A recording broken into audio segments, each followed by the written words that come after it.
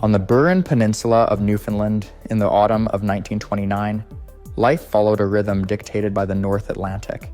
Small, isolated fishing outports clung to the southern coast, with no paved roads linking them to the rest of the island. Communication with the outside world relied on a single telegraph line and the weekly coastal steamer. Families spent their days fishing, curing cod on wooden stages, and preparing for the harsh winter ahead. The communities were hardy, accustomed to storms and the relentless sea, but nothing in their experience could have prepared them for what was coming. Monday, November 18th, began as a calm, clear day. A recent storm had knocked down parts of the local telegraph wire, but by evening the sea appeared placid. Families gathered in their homes, the aroma of cooking filling the air. 5-year-old Gus Etchegary was in St. Lawrence, his sisters busy at the stove, when the calm seemed to settle over the peninsula. Far beneath the ocean, roughly 250 kilometers south of the Burin Peninsula, lay the Laurentian Slope. This steep continental shelf drops from depths of around 100 meters to more than 2,000 meters, a geologically unstable zone where pressure accumulates over centuries. In 1929, the concept of plate tectonics was not understood by the locals, and earthquakes in the North Atlantic were considered improbable. The ground beneath their feet had always seemed solid, and no one imagined that the Atlantic seafloor could suddenly awaken with catastrophic force. As the evening wore on, the people of the peninsula went about their routines, unaware that a massive tectonic event was already unfolding beneath the waves. The calm of the coast belied the coming disaster, setting the stage for a night that would forever alter Newfoundland's history. At 5:02 p.m. Newfoundland time on November 18, 1929, the calm was shattered. A powerful earthquake, later measured at magnitude 7.2, struck deep beneath the Atlantic Ocean. On the Burin Peninsula, the tremors lasted for approximately 5 minutes. Dishes rattled, lamps swayed, and chimneys developed cracks or toppled entirely. Families rushed outdoors, confused and alarmed, unsure whether a boiler had exploded or some unimaginable catastrophe had begun. In St. Lawrence, young Gus Etchegary watched the plate of potatoes on the stove vibrate violently, the household gripped by a mix of fear and disbelief. Though the shaking subsided without catastrophic damage on land, the true disaster was occurring beneath the waves. The seismic event triggered a massive underwater landslide on the continental slope of the Grand Banks. An estimated 200 cubic kilometers of sediment began tumbling down the steep slope, accelerating as it descended into deeper waters. This enormous displacement of Earth created a turbidity current, a fast-moving dense flow of sediment and water, traveling at speeds up to 100 kilometers per hour. The underwater avalanche struck 12 transatlantic telegraph cables connecting North America to Europe. Each snapped in sequence from north to south, providing scientists decades later with the first definitive evidence of high-speed submarine landslides. For the people of Newfoundland, the effect was immediate and isolating. The island was suddenly cut off from the rest of the world, communications silenced in an instant. As night fell, no one on the peninsula realized that the tremor was only the opening act. The Atlantic had begun its lethal response, building toward a wave that would soon rise to unprecedented heights, reshaping the coastline and the lives of those who called it home. By 7:30 p.m. Newfoundland time, more than 2 hours after the initial tremor, something unusual began to appear along the shoreline. The water in harbors and coves started to recede at an unnatural speed, exposing the seabed in areas normally hidden beneath the Atlantic. Anchored boats and schooners were left tilting awkwardly in the mud, their hulls scraping against the newly revealed ocean floor. For many residents, curiosity overcame caution, and they ventured closer to observe the strange phenomenon, unaware that it was a classic warning sign of an approaching tsunami. Within minutes, the first giant wave struck. Unlike a single surge, the tsunami arrived in 3 successive pulses. In deep water, the waves traveled at speeds approaching 140 kilometers per hour, slowing to about 40 kilometers per hour as they reached the shallower coastline. The height of the water along the open coast ranged from 2 to 7 meters, but the funnel-shaped inlets of the Burin Peninsula amplified the surge.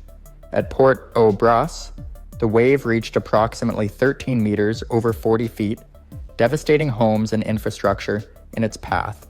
The impact was immediate and catastrophic.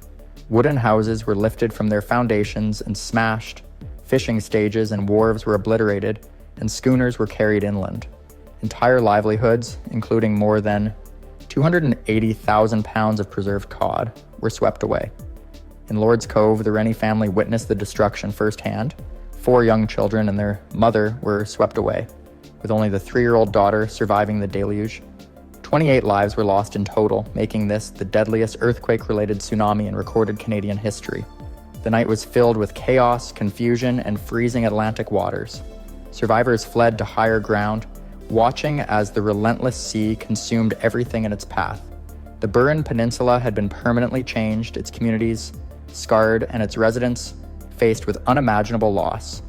Within half an hour of the final wave, the water began to recede, leaving a coastline that was almost unrecognizable.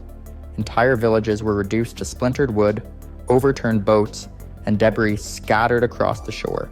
Survivors emerged from hiding to confront a landscape of utter devastation, the cold November air cutting through soaked clothing. Property losses were immense, estimated at over 1 million Canadian dollars in 1929, a staggering sum for the already struggling island economy. The tsunami had also severed vital connections to the outside world. The recent earthquake and underwater landslide had destroyed telegraph lines and cables, leaving the Burin Peninsula completely isolated. No messages could be sent, and news of the disaster would take days to reach St. John's or other regions. As if the destruction were not enough, a severe winter blizzard struck the peninsula the following day, burying homes, wreckage, and survivors alike under heavy snow. Rescue and relief were slow to arrive, but the SS Meagle reached the area nearly 3 days later, bringing doctors, nurses, and much-needed supplies. Aid from the Red Cross, local authorities, and international governments soon followed, but rebuilding would take years. Many families lost not only homes but entire means of livelihood, as the cod fishery infrastructure had been destroyed. Some residents, like Patrick Rennie of Lord's Cove, were forced to seek work in newly opened fluorspar mines, trading the perils of the sea for those of mining life. The disaster became a turning point for science as well. The sequential snapping of transatlantic telegraph cables provided the first concrete evidence of high-speed turbidity currents, helping researchers understand submarine landslides and underwater earthquakes. Modern tsunami risk assessments and warning systems would eventually be influenced by these events, highlighting the enduring scientific legacy of the 1929 disaster. The 1929 Newfoundland earthquake and tsunami left an indelible mark on both the landscape and the people of the Burin Peninsula. Entire communities were permanently altered, and many families never returned to their pre-disaster homes. Oral histories passed down through generations preserve stories of survival, tragedy, and heroism, ensuring that the events would never be forgotten. For the scientific community, the disaster provided a rare opportunity to study the interplay between underwater earthquakes, landslides, and tsunamis in the North Atlantic. The damage to 12 transatlantic telegraph cables offered precise timing of underwater sediment movement, giving researchers critical insights into turbidity currents and their destructive potential. These findings would influence submarine geology, seismology, and tsunami prediction for decades. The economic impact was profound. Fishing infrastructure, including wharves, stages, and flakes, had been destroyed, and the loss of over 280,000 pounds of salt cod represented a major blow to the region's primary industry. Rebuilding required immense effort, and some communities never fully recovered, reshaping settlement patterns on the southern coast of Newfoundland. Emergency response and disaster preparedness also evolved as a result. Local and national authorities learned the importance of rapid communication, resilient infrastructure, and early warning systems, laying the groundwork for future safety measures. The 1929 event highlighted both human vulnerability and resilience in the face of natural disasters. Today, memorials along the Burin Peninsula mark the sites of homes lost and lives claimed, honoring those who perished. The story of the earthquake and tsunami serves as a sobering reminder of nature's unpredictability and power. It also stands as a testament to human endurance, adaptation, and the capacity to rebuild in the wake of unimaginable tragedy. Newfoundland's 1929 tsunami remains a pivotal moment in Canadian history, teaching lessons in science, preparedness, and the enduring spirit of coastal communities. In the roaring decade of the 1920s, Florida was a place of boundless promise, land was the new gold, and the Florida land boom brought speculators, settlers, and fortune seekers in waves. Swamps were drained, canals were dug, and new towns seemed to spring from the earth overnight. At the center of this transformation was Lake Okeechobee, its name from the Seminole words for big water. Along its southern and eastern shores stretched miles of deep black soil, rich with nutrients deposited over centuries. Locals called it muck, and to farmers, it was as good as treasure. Here, celery, beans, and sugarcane could grow in near-endless cycles, untouched by the harsh winters that gripped the northern states. This promise drew two very different groups. On one side were ambitious land developers and farmers eager to stake their claim in this agricultural frontier. On the other were the thousands of laborers who made the vision possible, African Americans from across the rural South, and Afro-Bahamians who crossed the sea in search of steady work. They formed the backbone of the Glades workforce, doing the backbreaking labor of clearing, planting, and harvesting. Life in these lakefront towns, places with names like Belle Glade, South Bay, and Pahokee, was a mix of hope and hardship. The labor camps were built quickly, often from scrap wood and tin. Drinking water was drawn from shallow wells, and sanitation was primitive. But for many, the land offered something worth the toil, the chance to earn a living where crops could grow all year long. Standing between these settlements and the vast lake was a narrow earthen barrier, no more than 5 to 8 feet high. Built from the same muck that fueled the farms, it was never engineered for a worst-case scenario. In 1926, the Great Miami Hurricane had already sent a surge over the lake's edge, killing roughly 150 people in the town of Moore Haven. It was a grim warning that the barrier was dangerously inadequate. But in the feverish optimism of the time, the dike was only patched, not rebuilt. By the summer of 1928, the lake was already swollen from weeks of heavy rain, its surface 3 feet higher than normal. The canals that carried water away from the glades were running full, leaving no room for more. The land and its defenses were saturated. All they needed now was a push, and far across the Atlantic, that push was already on its way. By the afternoon of Sunday, September 16, 1928, the Okeechobee Hurricane had already proven it was one of the strongest storms the region had ever seen. After tearing across the Bahamas, it roared toward the Florida coastline with winds estimated near 156 miles per hour. The storm reached landfall just south of Jupiter Inlet, its massive eye spanning over 25 miles wide. Residents who had not evacuated found themselves in homes shaking apart under the violent gusts. The first communities to feel the full force included West Palm Beach, Canal Point, and Belle Glade. Roofs peeled away like paper, telegraph poles snapped, and heavy rainfall quickly overwhelmed the drainage systems. In some areas, more than 10 inches of rain fell in just a few hours, causing streets to turn into fast-moving rivers. People clung to anything sturdy they could find as debris hurtled through the air. The hurricane's winds were only part of the danger. As it pressed inland, torrential rain began raising the level of Lake Okeechobee. The shallow lake, already swollen from a wet summer, could not hold back the sudden surge of water, driven by the storm's pressure and winds. Entire fields of crops, mostly sugarcane and vegetables, were submerged in muddy floodwater within hours. Livestock drowned in barns, and transportation lines were cut, isolating communities from outside help. By the time the storm's center moved westward across the lake, much of southern Florida was in chaos. Communication lines were down, leaving survivors with no way to call for aid. The full scope of the disaster, however, would not be understood until the floodwaters around Lake Okeechobee reached their deadly peak. By the early morning hours of Monday, September 17th, the full force of the hurricane had reached Lake Okeechobee. The storm's winds, still near 140 miles per hour, pushed a massive surge of water toward the southern shore.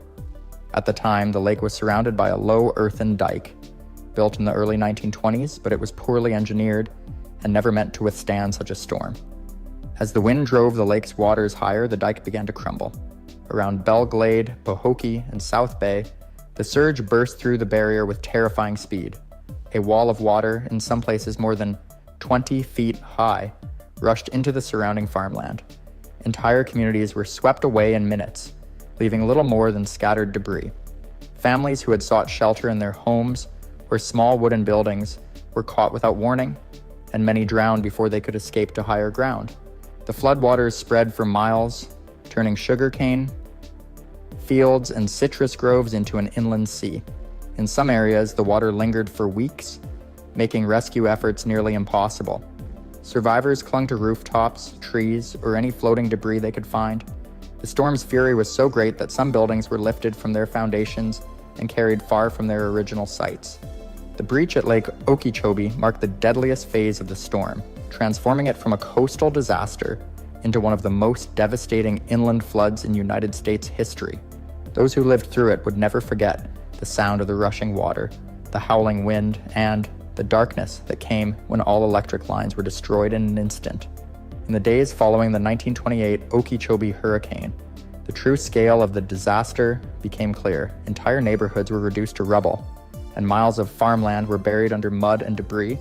The floodwaters that had spilled from Lake Okeechobee took weeks to fully recede, leaving behind stagnant pools that quickly became breeding grounds for disease.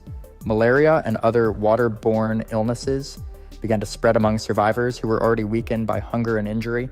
Relief efforts were slow to arrive, partly because the storm had destroyed many roads and rail lines into the affected areas. The Red Cross, local churches, and volunteers from across Florida began organizing supply shipments of food, clean water, and medicine. Temporary camps were set up to shelter those who had lost their homes, though conditions were harsh and overcrowded. The state of Florida appealed to the federal government for assistance, and military units were deployed to help restore order and aid in recovery. Soldiers and volunteers worked tirelessly to retrieve the dead, repair damaged levees, and clear the wreckage from streets and farmland. Despite these efforts, many rural communities felt forgotten, struggling for months without steady support. The disaster also spurred a broader conversation about the need for stronger flood control measures around Lake Okeechobee. Engineers began surveying the damage and proposing plans for improved levees and drainage systems to prevent a similar tragedy. While these improvements would take years to complete, the 1928 hurricane had already left an indelible mark on Florida's history, one that survivors would never forget. In the decades after the 1928 Okeechobee Hurricane, the disaster became a permanent part of Florida's history. For many years, there were no official memorials for the thousands who died, and most victims, especially Black migrant farm workers, were buried in mass graves with little recognition. It was not until the early 21st century that historical markers and ceremonies began to honor their memory. The storm also led to major changes in how Florida prepared for hurricanes. The most significant was the construction of the Herbert Hoover Dike around Lake Okeechobee, built by the United States Army Corps of Engineers during the 1930s and 1940s. This massive levee system was designed to prevent another deadly flood, though over time, it has required constant repairs and upgrades. The tragedy pushed both state and federal governments to invest in better warning systems and evacuation plans.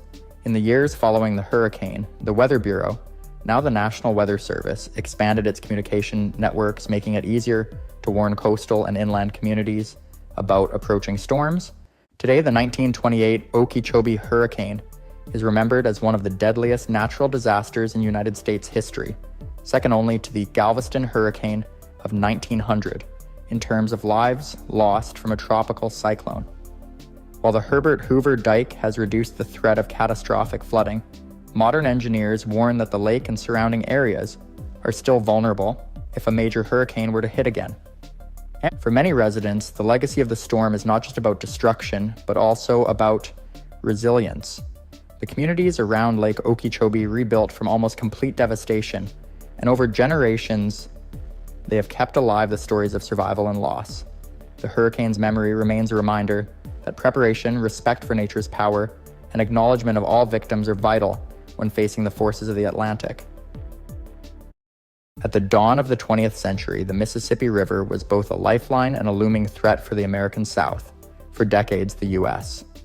Army Corps of Engineers had pursued a single-minded strategy, the levees-only policy. Engineers believed that by building ever higher earthen walls along the riverbanks, the river could be contained and its floods controlled. The theory seemed simple. By confining the river, its current would accelerate, deepen the riverbed, and remain within its artificial channel. Officials assured Congress and the public that these levees could withstand virtually any storm the Mississippi could deliver. This confidence transformed the river's floodplain. Millions of acres of fertile land were cleared for cotton, towns and plantations expanded, and entire communities were built under the assumption that the levees provided complete protection. The river was seen as a tamed giant, a conduit for commerce and growth, a domestic superhighway for shipping and transport. Yet with each new foot of earth added to the levees, The river was slowly being forced higher than the surrounding landscape. By the mid-1920s, the river's energy was contained unnaturally, coiled like a spring, waiting for a moment of catastrophic release. Unbeknownst to those living along its banks, the Mississippi had been storing enormous potential energy. The human attempt to dominate nature created a fragile illusion of safety. Behind the walls of soil, the river's power remained unchecked, ready to turn against the very communities it had sustained for generations. The stage was set for one of the largest and most devastating floods in United States history, a flood that would reshape the land, the economy, and the lives of hundreds of thousands. The disaster did not arrive suddenly. It began as a slow, relentless buildup of water. Starting in the summer of 1926, the central Mississippi River Basin experienced continuous heavy rainfall that saturated the soil. Streams and tributaries swelled, unable to absorb the immense volumes of water pouring from the upper watershed. By the fall, states as far upstream as Kansas, Missouri, and Iowa were seeing record water levels in their rivers and creeks. The situation worsened as 1927 arrived. On New Year's Day, the Cumberland River near Nashville, Tennessee, overtopped its levees, demonstrating just how extreme the rainfall had become. Through the spring of 1927, a series of powerful storms repeatedly dumped extraordinary amounts of rain across the Mississippi drainage basin. In New Orleans alone, a single storm in March delivered nearly 15 inches of precipitation in just 18 hours. Saturated ground could no longer absorb water, and every additional downpour rushed unimpeded into the Mississippi River and its tributaries.